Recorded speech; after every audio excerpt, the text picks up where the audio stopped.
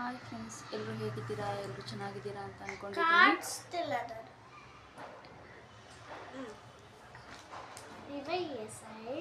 ನಾಳೆ ನನ್ನ ಮಗಳಿಗೆ EVS ಎಕ್ಸಾಮ್ ಇದೆ.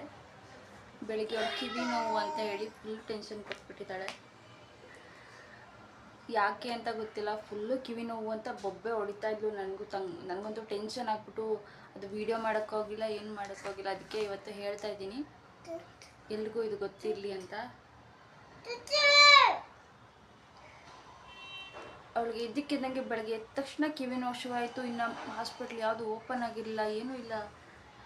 ಕಿವಿ ನೋವು ಅಂತ ಬೊಬ್ಬೆ ಹೊಡಿತಾ ಇದ್ದಾಳೆ. ನನಗಂತೂ ಏನು ಮಾಡಬೇಕು ಗೊತ್ತಾಗಿಲ್ಲ. ಅದಾದಮೇಲೆ ಕ್ಲಿನಿಕ್ಕಿಂದ ಒಂದು ಡ್ರಾಪ್ ತಗೊಬಂದು ಕಿವಿಗೆ ಹಾಕಿದ್ವಿ.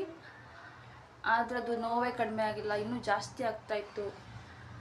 ಆಮೇಲೆ ನೆನಪಾಯಿತು, ನಮಗೆಲ್ಲ ಚಿಕ್ಕವಕ್ಕಿರುವಾಗ ಕಿವಿ ನೋವು ಏನಾದರೂ ಬಂದರೆ ಕೊಬ್ಬರಿ ಎಣ್ಣೆನ ಕಾಯಿಸಿ ತಣ್ಣಗೆ ಮಾಡಿ ಸ್ವಲ್ಪ ಕಿವಿಗೆ ಹಾಕ್ತಾಯಿದ್ರು. ಅದರಿಂದ ಸ್ವಲ್ಪ ಕಿವಿ ನೋವು ಕಡಿಮೆ ಆಗ್ತಿತ್ತು.